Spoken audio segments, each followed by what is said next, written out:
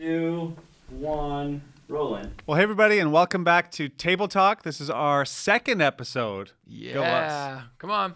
2 down. People weren't that bored on the first one. That's great. 7,352 to go. And our hope on these is that you get a little insight into sort of a behind the scenes to our sermon series that we've been in. And this week, we're going to talk a little bit as our lead into Easter and sort of all the things that made up Easter and the lead into that. And so whether you're watching this in your life group, you're watching this online, thank you for joining us wherever you are, or you're listening on audio podcasts. So glad that you could be here with us today. So today we're going to talk a little bit about Easter, like I already said, and sort of the lead into that. So why don't we talk about the series that we've been in called The Way Back, Yep. and just sort of talk about how did we get to that series, what sort of sparked that, and as we kind of geared into Easter, those 3 weeks leading into Easter, why don't you talk a little bit about your headspace as we kind of led into that? Yeah. So whenever you're developing a sermon series, I always want to start with what is the problem you're trying to solve? Yeah. And so for us, we wanted to talk about why isn't the world the way it's supposed to be? Mm-hmm. And this reality that all of us face incredible disappointment. And there's this difference between the idealized world, the world that we know it should be, we kind of intuitively know, Yep. and our real. And so we anchored our story in the Garden of Eden. And again, the garden is this really beautiful metaphor of the way the world is supposed to be. I mean, animals get along, Right. Everything's happy, there's no pain, no suffering. And so I think that we're introduced to this ideal, and it's what we all long for. We used an image of a kid's drawing, Right. because when kids draw, well-adjusted Just draw kids, family, yeah, rainbows, sun in the right corner. yeah, exactly. What Has to is be in that? the right corner, yeah. Why is that? It Is that just right is. brain, It's left brain? Yeah, I don't know. That's a really interesting thought. I never thought of that. Yeah. Anyway, and they're always smiling, so that ideal. And then we said, so what went wrong? And so in the story of the garden, we're introduced to this world the way it's supposed to be. And then in the middle of this garden is this tree. And that became an anchoring image for us as well. So we had the garden, we have a tree, and it's a tree of the knowledge of good and evil. And for us, we discovered that we think that means consciousness or awareness. It's the knowledge of what is good and the choice not to do it. I think sometimes we think of evil as an entity, but it's actually the just not doing good. Mm-hmm. And so that was the tree. And so as a result of that, they go into the wilderness. That was the third image. And we discovered that the wilderness is what we actually experience sometimes in the real.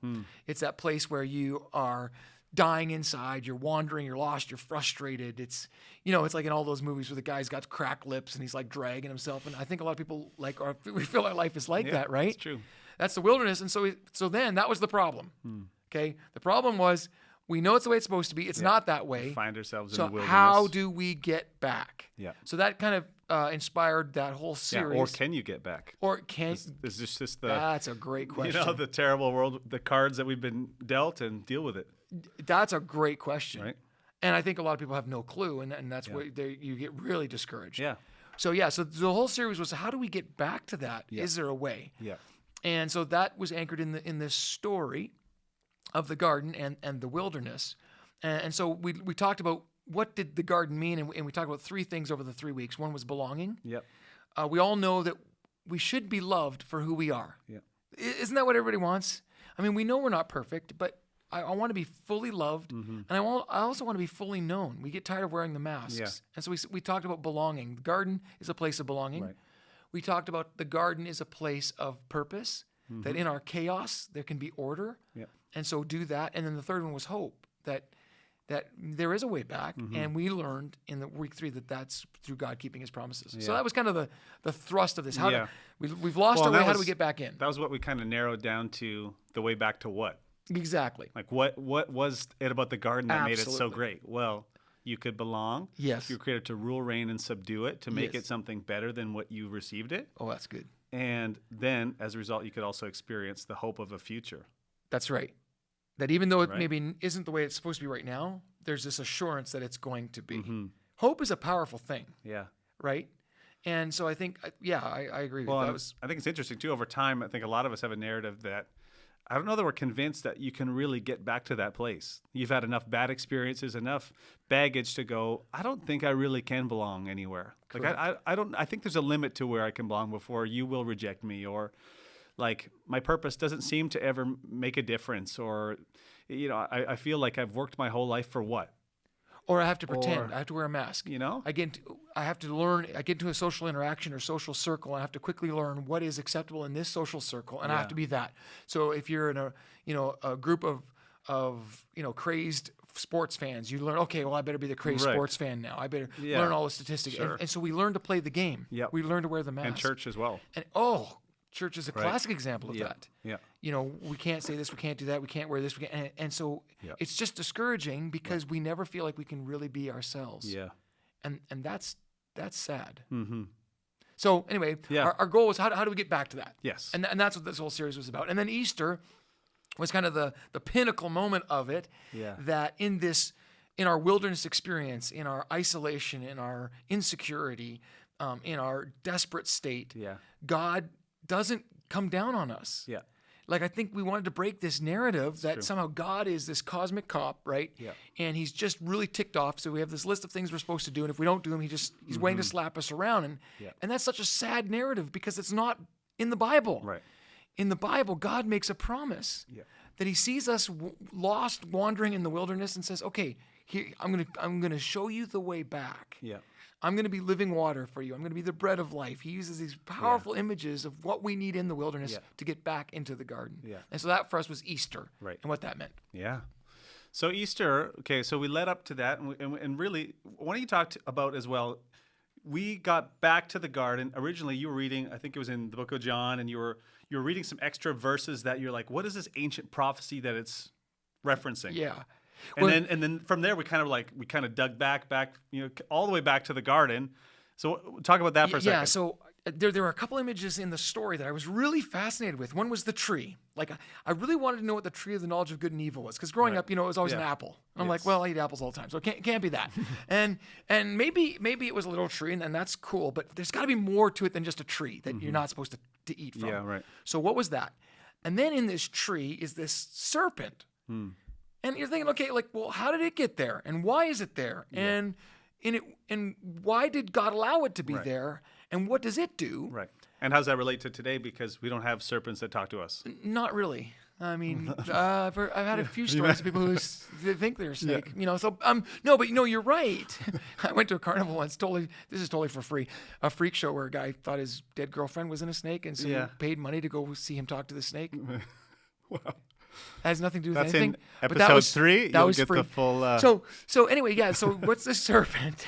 The tree, the serpent, and then there's this Messiah figure, and of course we know that as Jesus, but Yeah. in the Old Testament they didn't know that. So what does that all have to do with it? So let's start with this tree. Yeah. And of course we have the tree of the knowledge of good and evil, and as I said already, it's I think the awareness of what is good, and you don't need to teach kids this. Like, Yeah. kids know. Yeah, you know. They somehow know. Like, you don't have to give a whole list of rules. They know sometimes when I shouldn't do this. Yeah. And my favorite is when they look back at you, just before they do something. Yeah. Like, why would they do that if they didn't think it was wrong? So it's knowing what is good and the choice not to do it. And when you choose not to do it, it brings evil into the world. And so that comes with consequences. And we don't like that reality, Yeah. but that's the truth. And then in the middle of this, and so that there's a tree, and of course in the middle of the story is Jesus and the cross, and so that's the image there. So we'll just attach that. And then at the end of the story in Revelation, there's a tree again, Right. tree of life. Yeah. So we see this image all the way through the Bible. Yeah.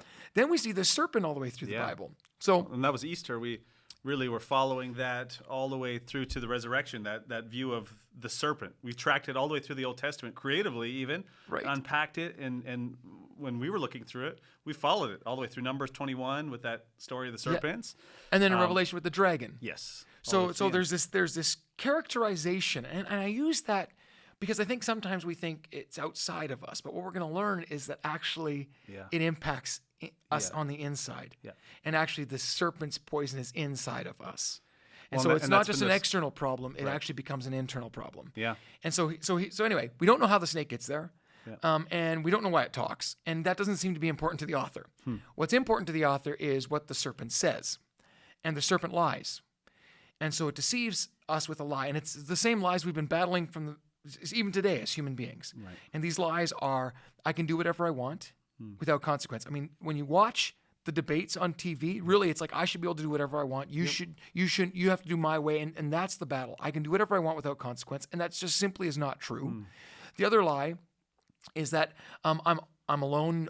I have to do it by myself because the world's let me down, so I have to figure it out. And that's the belonging piece. And then the third lie is that I am God, that I'm actually in control here. Yeah. And that's what the serpent lies. And as soon as we believe those lies, it's the problem we face. So we isolate ourselves, we attack one another, we take, it's this idea like, well, I should be able to do whatever I want. Okay, well, that sounds great until it's at the expense of someone else. Sure. So what if I want to punch you in the face, which I don't, by the way. But what if I want to do that? You say, well, wait a minute. No, you can't do that. Right. The truth is we know intuitively you can't just do whatever you want. Yeah. And then who gets to decide? Yeah. So the serpent comes into the story and lies to us. And then we skip into this weird story in Numbers that Jesus refers to. Yeah. And this is where I got really fascinated. So we can go a little deep here. Sure. So here's the story. So the nation of Israel has escaped from Egypt, and they're wandering in the wilderness. There it is. I mean, it's like you can't escape this imagery. It's so powerful, so cool. And they're complaining. They're complaining for a lot of reasons. One, they keep going in circles. And maybe you feel like your life is in circles and you're frustrated with that. Yep. And they're frustrated because they can't get what they want. There's this king in this place called Edom, and he won't let them pass. Yeah. So they're blocked. And so maybe you feel like you wanted something, it was blocked. Or you're going in a direction, it was you had to take a detour. They don't like the food they're eating. God's providing it, but they complain against the food, and they don't like the leadership. It's like basically the whole problem. We don't like our leaders. We don't have those problems. No, we don't like our leaders. Yeah. We don't like what we have. We don't like that our road's been blocked. Yeah. And why am I? And it's and it's your fault. And exactly. It's and they blame God. Right. So then it says, and here's where it gets weird. Out of the ground, I don't know what that means, but out of the ground, these serpents come and start biting them. But what's fascinating about these serpents is that the word used in the original language in the Hebrew is like fire or fiery. So some think it's just the color of these snakes. They were red snakes, which I'm like, okay, that's kind of weak in my opinion. Yeah. Some think it was the bite, the poison. It would burn, and yeah, it's okay. Except the word used is seraph, which here's where it gets really crazy. It's the same word used of angels called the seraphim. Yeah. And the seraphim, their job is to bring judgment to the world. So it says God sends these snakes, which again, we don't like to think of it that way, but God sends this. And I think we think, oh yeah, that's how God works. He wants to punish this. No. It's to make us better. It's actually, these serpents are actually going to save us. And they're going to bring us to a point where we realize we're desperate. Because here's the problem. If you had spinach in your teeth and I didn't help you out, it'd be like, that wouldn't be a good friend. Right. But imagine if it was actually something deeper, like something really wrong, and I didn't have the courage or I didn't love you enough to say, hey, like if you don't deal with this, it's going to kill you. Yep. So God sends these serpents to get them to a place of desperation. And so they cry out. And so it's interesting, like just going on the seraph thing for a second, like in Isaiah, there's a seraph who takes a coal and touches Isaiah's lips. I don't even remember that. So it's kind of a weird story, but it's meant to purify. Right. It's meant to save him. Because he says, woe is me, I'm a man of unclean lips. Yeah. And that purifies him. And so in this story, they get bitten. And I think that means the obvious, we've all experienced that, the poison of the consequences of our choices. Yeah. I mean, when people come into my office, it's not because of the good things they've had in their life. It's because, no, I did this or someone did this to me, and it's really painful. The poison, the venom. Yeah. Exactly. The Bible calls it sin. Yeah. And so they're experiencing that. So they cry out to Moses. They go, please have mercy, save us. And so he goes to God, and God says, okay, and this is where it gets kind of trippy, is that he says, okay, make a bronze serpent. Something, how long did that take? Anyway, make a bronze serpent, put it on a staff, and everyone who looks at it will be saved. Right. So then I got thinking, okay. Is this a metaphor? Well, exactly. How long did it take you to make that snake? Because the serpent in this case is good. Right. Actually, it's so good that it heals them, and it's what we use as our medical symbol. Right. So how can a serpent be good? Yeah. Like, isn't that a trippy story? Yeah. And so there's one commentator who thought, well, that's us. We're looking at ourselves because we deserve to die there. And I'm like, okay, but what if there's even a better idea? And what if it's actually the idea Jesus did at Easter? And what if the idea is that Jesus takes our poison, and that's what the cross is. Yeah. He takes the venom upon himself. Correct. Yeah, we use that analogy of they milk a snake, and they inject it into a horse, and they take the blood of the horse, and the antibodies that horse creates saves us. Yeah. It's that idea that the only thing that will destroy the lies that cripple us is truth. Yeah. And there's only one source of absolute truth, and so Jesus is that. So he takes on the lies. And you think about his whole trial. What were they? All lies. Yeah. They have to fabricate testimony against him. They have to fabricate the people. They have to incite the people to yell, crucify him, because it makes no sense. Even when there's a choice given between him and Barabbas, who's like a murderer revolutionary, they go, Jesus. So it's just lies, lies, lies, lies. He takes on all the lies. So every lie you've believed about yourself, maybe you feel like, man, I'm a failure. Maybe you feel like, man, I'll never be any better. That this is my lot. Like you said, you believe all these lies. The only antidote is truth. And we aren't strong enough to believe the truth. So he is our truth for us, so that we can believe. Yeah.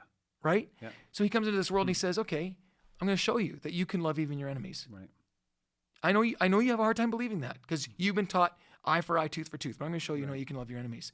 He teaches us that you can be generous. I know you think that your money gives you value and worth, but I'm going to show you, money means nothing. Right. I'm not going to even worry about it ever. He shows us that, you think that your value is based on your social status. So if you have lots of friends and lots of influence, you have a name placard on your door, you're something. He says, no, actually, the lepers are just as valuable to God. So the only way to shatter the lies is with the truth. Yeah. And then he says, unless I be lifted up, I'm going to show you this. And the ultimate, of course, is in the face of death, going, death doesn't even hold you. Yeah. Like that's the ultimate lie, right? Where's your that sting? That's the ultimate lie, that we die. Yeah. What if we don't? Yeah. And so anyway, well, and I like that too, because I think for so many people, we get lost in these metaphors, especially the serpent. Yes. So to be able to actually say the serpent represents all of these lies. Yeah, absolutely. And then what really struck me too, even when you were sharing leading up into Easter and Easter, is that when we believe lies, that lies are actually they become our ceiling for all we'll ever experience.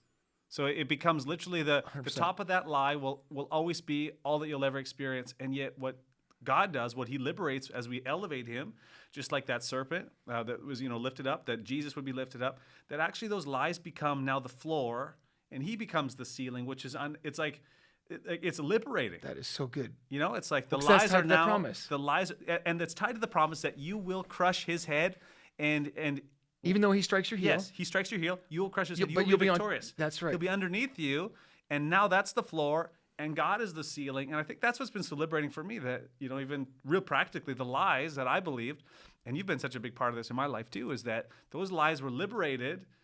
Because I began to actually speak the truth, and that serpent's venom was the thing that was holding me back. It was my ceiling. So to me is it's so deep, and yet it's so practical for me. Well, and again, so practical. Jesus calls him, the ancient serpent, the father of lies. Yeah. And he calls the Pharisees, you brood of vipers. Why? Because they're lying to the people. They're saying, well, if you do this and this, God will love you. It's all lies. And you even think about demonic activity. It's lies. Yeah. It breaks your brain. It tells you, you're something that you're not. And so I think, to put it really bluntly, God is showing us, listen, you can either believe lies or you can believe the truth. Yeah. And because you took of the poison, of the fruit of lies, it's inside of you. Right. And so for me, it was like, and we've used this before, but, I believed I was stupid. And I barely graduated from high school. Right. But then after at 17, I had this truth that, no, I'm not. And I went from barely passing high school, being put in special classes, to highest honors, summa cum laude, at master's. How does that, is it because I'm great or smart? No. It's because that's right. That's what you I believe. exchanged a lie for a truth. And the only way I could believe that truth is if God stepped into my existence and showed me, no, Bill, you have value. And your value isn't in anything else that this world tells you. It's in who I say you are. And that's the good news. It's so liberating. And that's the way back into the garden. Yeah. So here's the deal. I believe I belong. Even if you don't like me. Yeah. Because I believe I have value, and God accepts me. Yeah. My purpose, it doesn't matter if I ever make $1 million or if I ever get an applause or a pat on the back, because I am doing everything I can to bring order to the chaos. You can't take that from me. Hope, you can't take that from me. I believe God's going to keep his promises. So when you live in that freedom, man, it destroys anxiety, fear, anger, right? And then Easter, what it means is that you are now actually an overcomer of all of those things. That's the best part. I mean, that's the culmination, right? You're healed, Of the restored. Easter story, That's right. Easter story. 100%. And so that's what we were trying to celebrate at Easter. It was like this idea that you can get back into the garden, and you discover that the garden isn't just a physical reality. It's truth. Yeah. When you know who you are, Yeah. and there's a God fighting for you, And the ultimate example and expression of this love is that he died for you. Yeah. And so that's why the cross is so powerful. So he takes the poison that was given to us from the first tree, he replaces it with the antidote, the anti-venom of truth. Yep. And then in the end of the story, the serpent is finally destroyed forever. Yeah. And all that exists is what is true. Yeah. Everything that is not true is destroyed. That is the hope. I mean, and so you see, this is the story of the Bible. Yeah. That's why we were so passionate and fired up about it. And what I like about that too is that's not just for the future. You can actually be an active agent in destroying that right now. 100%. And I think that's what's so beautiful about the community of God is that when you're part of it, and you could choose to be at any point, just by choosing to follow this Jesus, that really you become an agent of restoration, reconciliation. Everywhere you go, you're destroying lies, you're speaking truth, and you're bringing grace and truth together to just elevate that out of people. And I think that's what's so good. I was talking with someone today again, and just this idea, once again, we talk about it a lot, grace and truth, but together they're so powerful because you're calling out the best things in others. You're restoring the earth to what it was made to be. And when you separate them, it's destructive. Grace says, I don't have to believe in anything. And truth says, you can't believe if you don't believe what I believe. And it's so destructive. And yet together, it's like you actually get to be a part of administering the antidote to the venom, to bring healing and truth and the love of God, all of that together. It does that, so. It's beautiful. It's beautiful. It's powerful. Yeah. And it's from the inside out. And so I think for us, I mean, we just believe these three things. We keep talking about them. We were just created by God to make this world a better place. Yeah. And we believe that love is the only thing that will do that. And that's that grace and truth combined. Yep.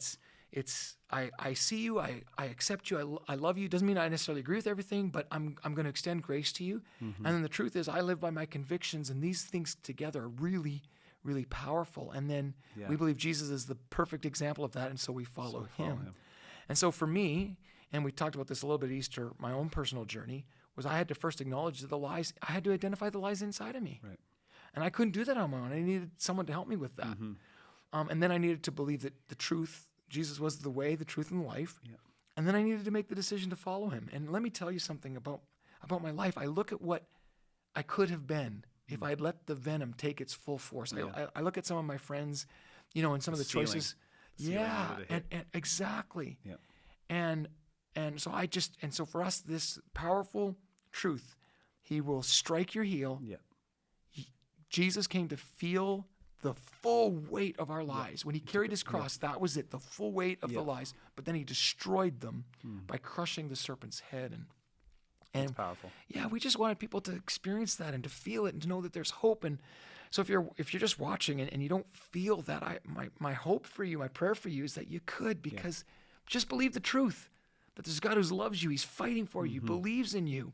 And there's no greater evidence of that. You want evidence? He died on the cross for you. Yeah. But then even death couldn't hold him. He rose again. This is the story of Easter and why it's so powerful. Awesome. Well, I don't think there's anything else to say. That's Easter in a nutshell. So thank you so much for watching or listening. If you're listening on audio podcast, we want to encourage you to share this if you are watching online and spread the news of kind of a little bit about this table talk. We also want to encourage you. We are starting a brand new series this coming month called The Problem of God. And we're going to be kind of really intellectually digging into the problem of science, hypocrisy, the Bible, and Jesus. And so if you have a question, we'd love to answer it on our next edition, our next episode. So if you want to text us at 905-937-5610, text the word Table Talk, and we'll kick you back a link and you can ask one of your questions. So thank you so much for watching or listening. We hope to see you next time.